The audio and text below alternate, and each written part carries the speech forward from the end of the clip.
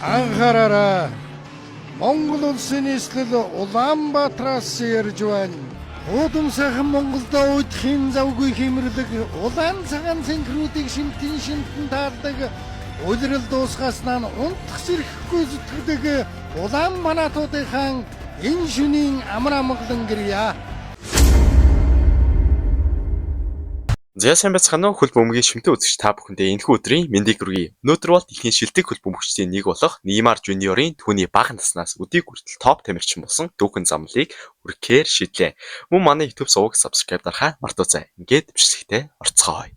Бразил улс бол хөл бөмбөгийн эх орон. Тэндээс Пеле, Рональдинho гээд дэлхийг байлдан дагуулсан сууднууд төрөн гарсан. Гэхдээ орчин үеийн хөл бөмбөгт Бразилийн хөл бөмбөгийн жинхэнэ баяр баясгалан уран гоёмсог чанартай хөл бөмбөгийг ганцаараа дуруун дээрээ өөрч гарсан нэгэн ир бий. Түүнийг Неймар да Силва Сантос Жуниор гэдэг. Түүний амьдрал авьяас бэлгийг алдар нэр, шүмжил ба дуусшгүй дарамтын дундах агуу аялал байсан юм.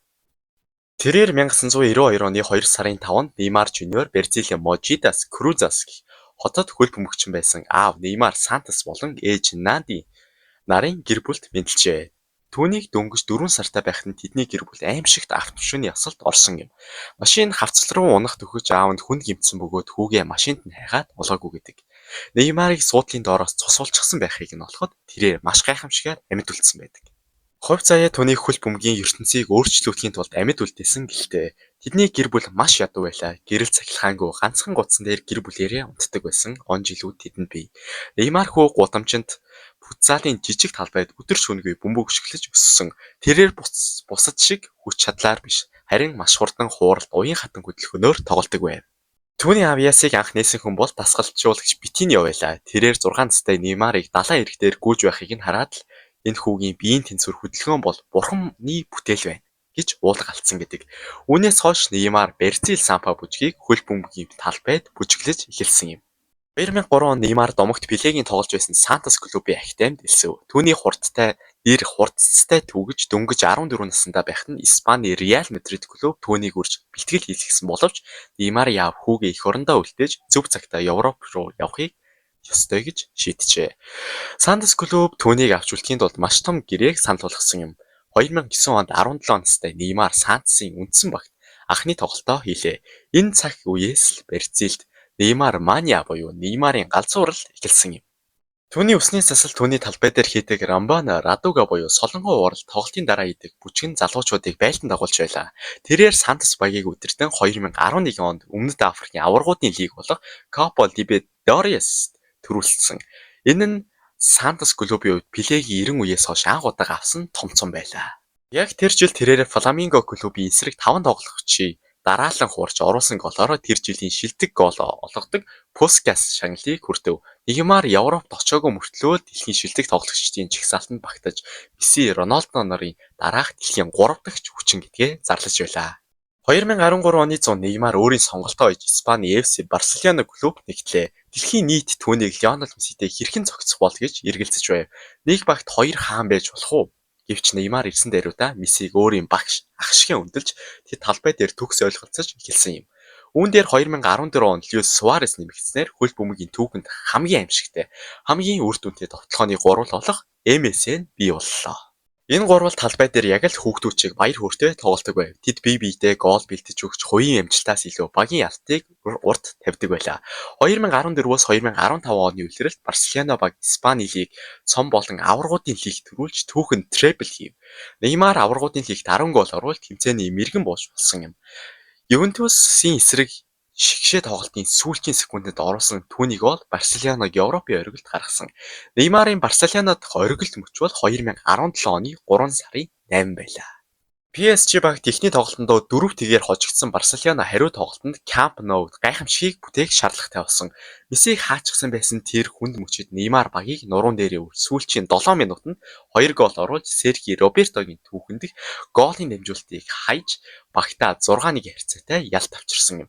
Тэр шөнө Неймар Мессигийн сүүдрээс бүрэн гарч өөрөө дэлхийн шилдэг болох цаг нь болсныг баталсан билээ. Тэрхүү түүхэн тоглолтын дараа сонин үйл явдал боллоо. Дэлхийн кэвлүүд Неймарыг биш харин баяраа тэмдэглэж буй Мессигийн зургийг нүүр хуудсандаа тавьжээ. Неймар хичнээн сайн тоглосон Барселонод байгаа цагт Мессигийн дараах 2 дугаар хүн хэвээр үлдэнэ гэдгээ ойлгосон юм. Тэрээр дэлхийн номер 1 болж алтан бөмбөг авахыг хүсэж байлаа. 2017 оны зун хөл бөмбөгийн ертөнцийг оронгоор нэрвүүлсэн 8 ихтлээ. Францын PSG клуб Неймарын гэрээг цуслах үн болох 222 сая еврог бэлнээрлүүл түүнийг өөрийн болгов. Энэ бол өнөөдрийг хүртэл эвдэгтэйгүй хөл бөмбөгийн түүхэнд хамгийн үнэтэй солилцоонуудын нэг юм. Парис хот түүний хаамыг тухтан авч Эвлийн самбахыг түүний нэрээр гэрэлтүүлв. Парис Неймарын шинэ нэрийн ихсэн энэ түүний карьерийн хамгийн том сорилт. Магадгүй алдаа байлаа. Франц лигийн хамгаалагчид түүний хууралтыг зогсоохын тулд зөвхөн хөл рүү чиглэж маш бүдүүлэг тоглодог байв. Неймар Парист өнгөрүүлсэн карьерийнхаа бараг тал хувийг бэртэл гэмтлийнхаа улмаас эмнэлэгт өнгөрүүлсэн юм. Чухал аваргуудын лигийн тоглолтуудын өмнөх тэр үргэлж бэртэж багтаа тусалж чаддаггүй. Харин 2020 онд тэрээр PSG-г аваргуудын лигийн шигшээ тоглолтод аваатсан ч Байерн Мюнхенд хожигдож талбай дээр дахин нулимс унагсан. Парис түүнийг шүүмжлэгчиж хэтэрхий их үдшилэг хөөдөг мөнгөний төлөө тоглодог гэж буруутгаж байлаа. Неймарын амьдралын хамгийн том зорилго хамгийн том дарамт бол Бразилийн шигшээ баг байлаа. Төрлөх эх орн түүнийг Пеле шиг, Роналдо шиг Бразил 6 дахь дэлхийн аваргын цомыг авчирна гэж 20 наснаас нь хэн шаардсан. 2014 оны Бразил улсад зохиогдсон дэлхийн аварга шалгаруулах тэмцээн. Неймар бүхэл бүтэн улсыг нуруунд дээрээ өрж гайхалтай тоглож байв.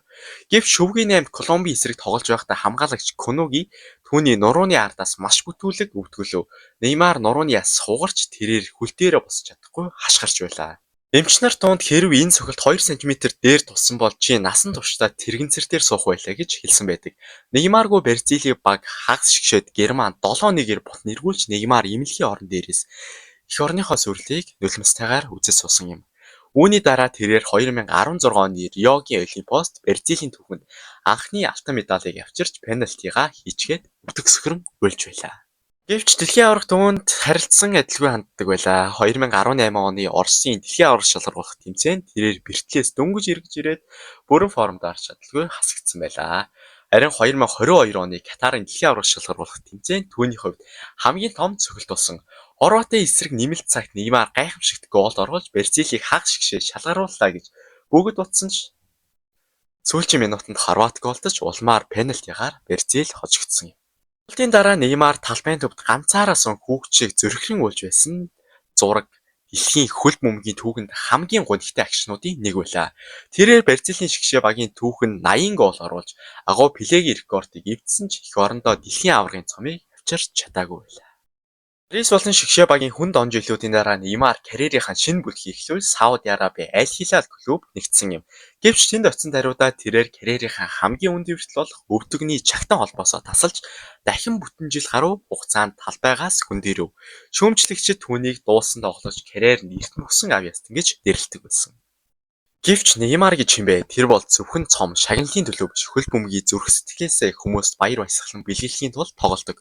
Орчин үеийн хөл бөмбөг хэтэрхий тактик хүч чадал робот шиг систем шилжсэн энэ үед Неймар л ганцаараа талбай дээр уран гоёмсог хууралт хийж хөл бөмбөгийг урлаг гэдгийг сануулж байна.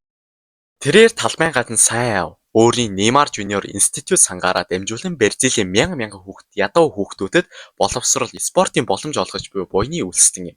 Неймар Жуниор алтан бөмбөг авч чадаагүй байж болно. Тэр дэлхийн аварга авч чадаагүй ч байж болно. Гэхдээ түүний талбай дээр үзүүлсэн тэр гайхамшиг тоглолт хүүхэд шиг цэвэр ариун баяр баясгалан өрсөлдөгчөө уурхтаа гаргадаг тэр агуу тоглолт нь сая хүүхдүүдийн хөл бөмбөгт дурлуулсан шалтгаан болсон.